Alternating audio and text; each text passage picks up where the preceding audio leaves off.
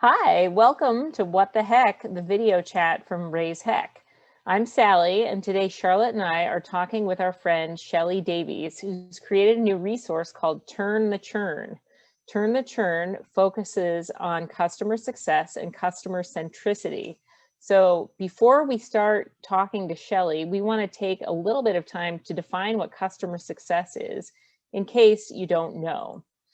So it's many things, but the way that we talk about it with Shelley, it's a program or department in a software company that's designed to retain subscription revenue. When customers cancel their contracts, then that is called churn.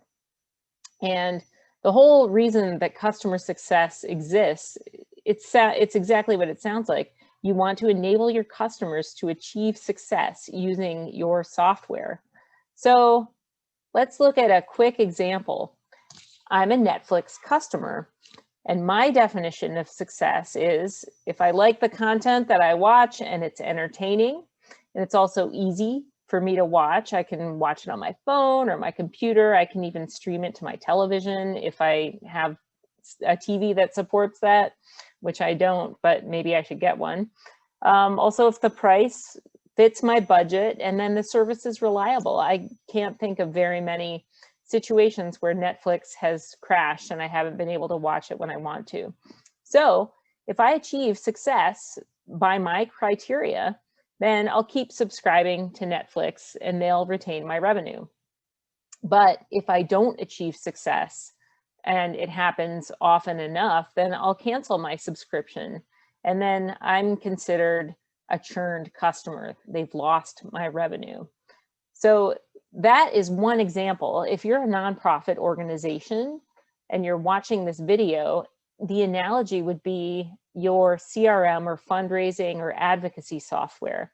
If you can achieve the things that you want to do with it, raising money, activating your advocates, keeping track of all of your data in one place where it's easy for you to access and then use insights on it, then that may be your definition of success. All right, now let's talk to Shelley. Hey, well, hi, welcome to What the Heck with our very first ever special guest. Shelley Davies is a customer success professional that both Charlotte and I have had the pleasure of working with in our previous jobs. Shelley has embraced customer success with both arms and has a deep understanding of what it is and how to do it. She's the founder of a new resource called Turn the Churn, www.turnthechurn.com, and it's for everybody who loves customer success. Shelley, hi, and welcome. Hello, ladies. Thank you very much for having me. Oh, thanks for agreeing to join us on What the Heck. So what's Turn the Churn all about? Oh, any chance to talk about customer success, I'll take it. What is it all about? I've been in customer-facing roles for over, I want to say 30 years. That makes me sound really old. I don't think it, I started young.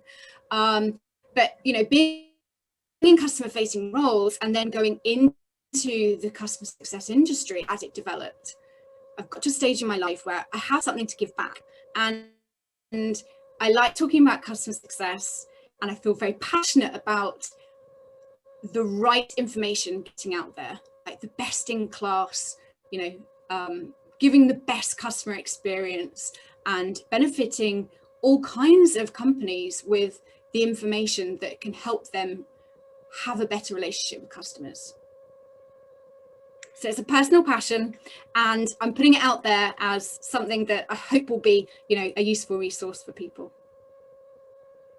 Well, we have found it super useful. I've loved all the articles that you've written. They're awesome. So I guess if I was a company thinking about customer success or customer-centric, what does it mean for a company to be customer-centric? I work for a startup at the moment, and I've been challenging them a lot because everything is magnified slightly, and so I'm exposed to quite a lot of the business processes, probably more so than previously. And I'm now questioning, well, is that decision that we've made internally right for the customer, or is it right for us because it makes our jobs easier? So challenging everyone when you make decisions, you know, it could be the design of an order form through to what the website looks like, but is it right for us, or is it customer centric? Does it deliver for them? And there are many ways in which you can be more customer centric. And oh my goodness, I'm getting into so much detail about what it means to be customer centric because it is so detailed. But high level, it means keeping the customer in mind. What does it look like for them? Because so often we see people making decisions, departments making decisions that are right for the business, but not right for the customer. I think that makes a lot of sense when you put it this way. I'm remembering some of my previous jobs and, you know, how I was measured and the metrics that went into feedback and on my annual review or my quarterly review, whatever it was. And so those metrics, you know, often drove my behavior. It sounds like when you're talking about being customer centric, then we should be focusing on the outcomes that our customers are achieving. So can you talk about like customer outcomes and why they're so important? Yeah, I've used recently that if you boil customer success down, if there's just one thing that customer success managers ask the customer, it should be, what does success look like for you? What is it you're trying to achieve? If they do nothing else but ask that question and do everything around that answer to help the customer, then they're being customer success and customer centric driven. So a customer outcome is often the pain in the sales process that the sales team identify.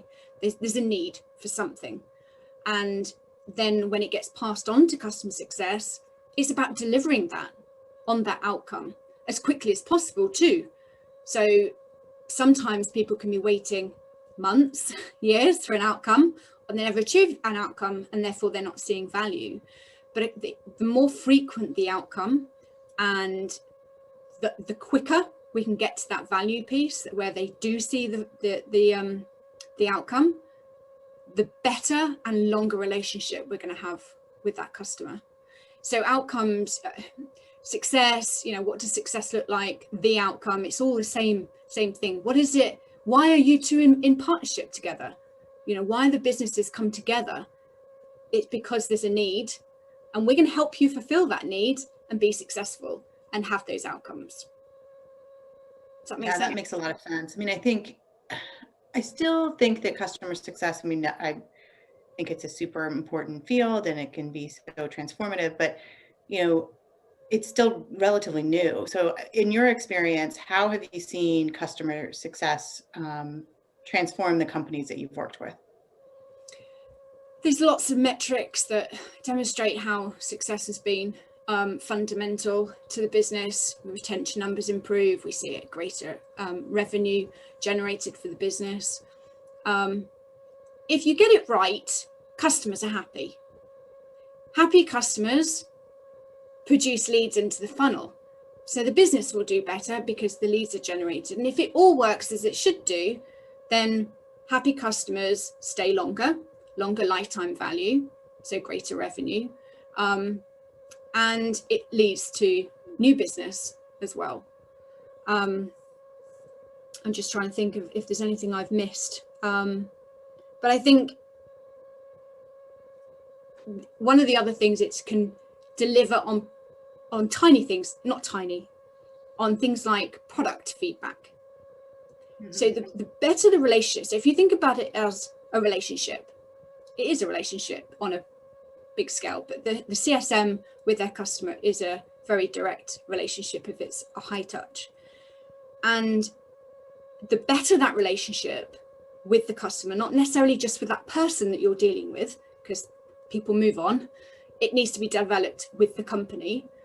And the stronger that is, the more you can ascertain and how we can improve as a business. So talking about product feedback and ways of doing business, what more can we do for you to help your user experience, your end result, your partnership with us? And it's that relationship, like if you're in a marriage or, you know, in a friendship, you know, how can I help? How can this be better? So I would say that's probably how I would respond to that question. Yeah, I remember when we all worked in customer success together, I used to make a little joke that like the customer success program, was a lot more popular than our customer failure program. And, I think like on the one hand, that was a joke, hopefully designed to make people laugh. But on the other hand, I think hearing you describe that too, a company that has a robust customer success program that's functioning well and has hired the right people is a lot of fun to work at. And in my experience, I mean, it's been a really invigorating environment as an employee too. And, way more than if we had the customers as an afterthought, like, who cares what they're doing with our product? But when we can get excited and kind of rally around like what our customers are doing with our product or our service or whatever it is we're providing to them, I think that creates, a really like a great place to work. And, when we think about places to work, culture and program design, they're all driven by executives. So if a lot of places might be thinking about building a customer success program right now, and so, new departments or programs get built by executives, what would you say are the top 3 things for an executive to keep in mind if they are building or expanding a customer success program? 3 things. Top 3 things. I would say work on focusing and delivering on things that move the needle. Number 1. There's a lot of process structure that can be built. A lot of it never leads to actually moving the needle. And you two have heard me talk about moving the needle a lot. I used to say it a lot. But so that would be one thing. Put your efforts where you're going to get the rewards. So for me, I would say, like I mentioned about the outcomes, focus on finding out what they are as one example, right? So if you find out what the outcome is, you can do all this pretty stuff around developing a customer success team, a department, a discipline, whatever. But if you don't know about your customers, it's never going to result in anything. So number 1, I would say work on areas that are going to move the needle and really impact the business and the customer experience. For that, you need data. So I would say number 2 is focus on what data you have that gives you the fullest picture possible of the information you need to understand your customer base. That could be how customers are engaging with you, how, if they're paying customers, for example, are they paying on time? Just small things like that could give you an indicator of whether this is a healthy customer or not. People who don't open emails, less healthy than the ones who do, for example. But also that comes with a caveat, because you can have a lot of data. I'm exposed to lots of different data points, but still I find spots where I'm missing data, and that key part might tell me an even bigger picture or a better picture of how healthy that customer is. So I'd say data is pretty key. I think I deliberated over the third. I've already mentioned the customer centricity, and so I'm going to leave it as that, because I do believe every executive should be customer centric, or thinking about that. So my third one is the one-to-many piece. So if you think about, so one-to-many means doing the right activities, but in the least, what's the word? In the most productive and efficient way. So if you like the emailing, the digital department, sending out emails, it's a one-to-many activity. We all have different models of customer success, and the digital part is just one of it, the tech touch. There are also activities in the CSM function where you can do the one-to-many. I'm trying to think of an idea of an example of that. But, you know, playbooks and structure and process is you do it once and everyone copies. It's a one-to-many activity. So I can coach 10 people in my team and have individual conversations with all of them. But if you produce one playbook and coach them all on that playbook, that's a one-to-many activity. Does that make sense? Yeah. So I'm trying to look at ways that you can get there quicker, but with the least friction and the quickest route to productivity and efficiency for the best gains.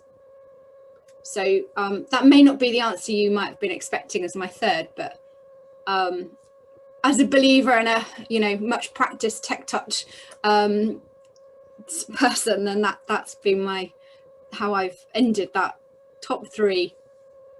I think you just described scalability, and doing things like that, like efficiently, that is, you know, what do we say sometimes? Don't work harder, work smarter.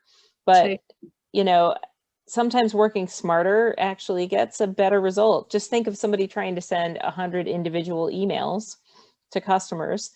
Inevitably, they're going to run out of time and a customer won't get the email. If you can send that email in a mass marketing way, then absolutely you should. And you should take that model to any other ways of interacting with customers. Otherwise, you have to hire like 5,000 people, you know, to interact with 5,000 customers. And that probably wouldn't work out. Yeah, big advocate for working smarter. And I guess my mind is always thinking about, well, if I'm hearing this from a few people, then how can I make it into a one-to-many activity or process or structure? So yeah, scalable. Thank you, Sally, for that. Missing my words. That's definitely what I meant. No, it makes sense. I mean, I know there's different